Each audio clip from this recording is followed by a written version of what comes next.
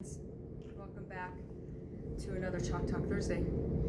Sort of grinding in this whole idea of trying to find some energy in stored ways that a lot of us may have, and trying to realize how complex it is when it comes to energy management within our bodies.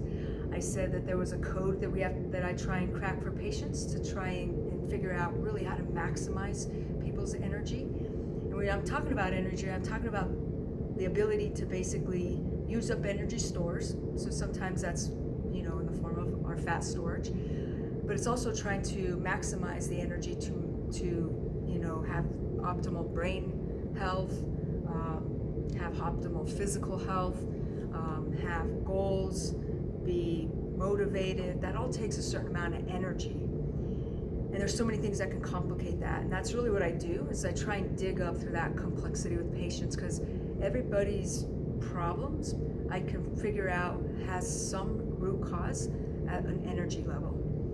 And so in order to sort of get some balance and get things moving, it takes energy to do that. So it really is a journey to try and figure that out for patients. And so I talked about figuring out key insights into your energy and maximizing your energy.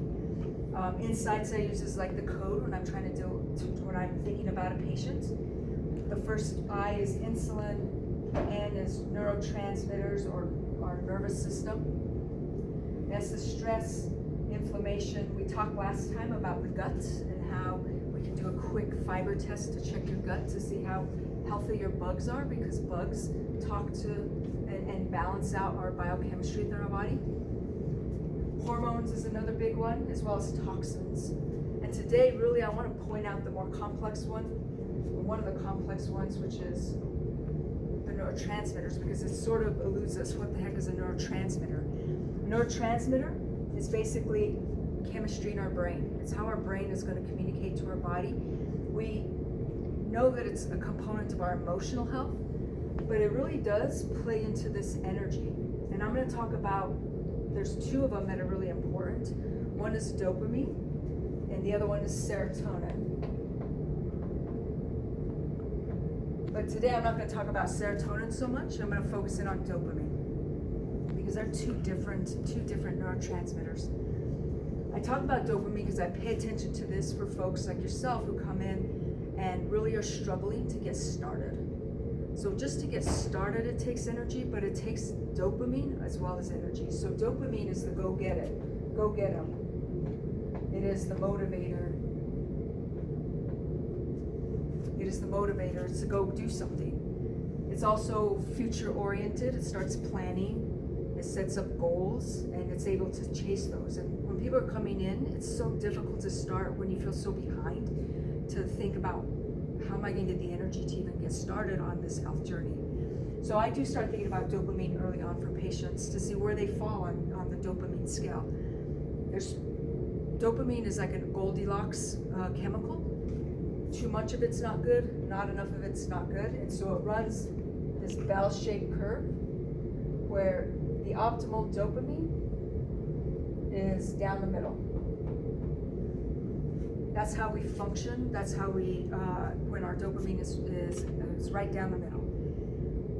If you're highly driven, which is a lot of my patients, including myself, if you're highly driven, the problem with that is if you're chasing dopamine, you have too much dopamine, what happens is you fall off this curve and then you become dysfunctional. You burn out. When you have way too much dopamine going on and you're chasing, that's a component of just frying your chemistry and using up all your battery and actually burning out. I have a lot of patients coming in this situation where they're really burnt out, and now it's hard to find the energy to get reset, to try to take on healing in a different path. The other aspect, or the flip side of that dopamine coin, is when you don't have enough. It's too low. And when dopamine's too low, you don't have motivation, you don't have that energy, you don't have that direction. And quite honestly, the truth is that sometimes people with low dopamine aren't even coming to see me. They don't even have the energy and the focus to come and see me.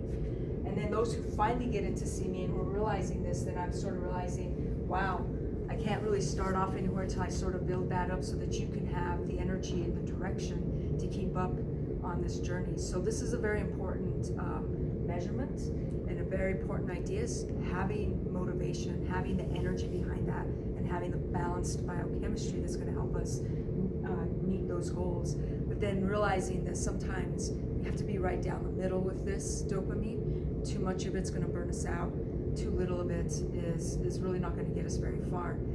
And so there's so much that is important about dopamine, so much so that there's billions of dollars placed on this molecule, where media and business really understands dopamine very well, and they understand it so much so that they manipulate dopamine, and the fact that things that are presented to us in social media is bumping our dopamine. And so if we're sitting a little low on our dopamine, it's actually those little hits that we get from news, from media, from all those things that will bump our dopamine up a little bit. And so then you get stuck on it, and you want to see more, and you want to see more. And so it has that addictive quality, which, you know, the food industry knows about much more than even medicine, where they learn that there's certain chemicals that are going to bump your dopamine. Sugar bumps your dopamine very well. So there's these things that I look at when I'm starting to get people back on track, back aligned with some you know, clean health, and trying to get the brain back on track. This is a good place to start, especially when we're trying to get to energy, because if I can't get people, you know, doing the work, because if you haven't realized, energy takes work. If you don't have the motivation and the direction and even the get up and go, then it doesn't matter all these other things. So sometimes that's a place I start with folks, and I just want to plant that in your head, that there's a lot to it, and if there's something that's interests you, that you said, hey man, I think, you know, I don't have enough dopamine and I'm having such a hard time, maybe that's where I need to start. You can check in with me, or look into some podcast about dopamine and how to get that in a healthy way. But hope that helps in sort of looking at the big picture of energy and you know, what it takes to go on this health journey. See you next time.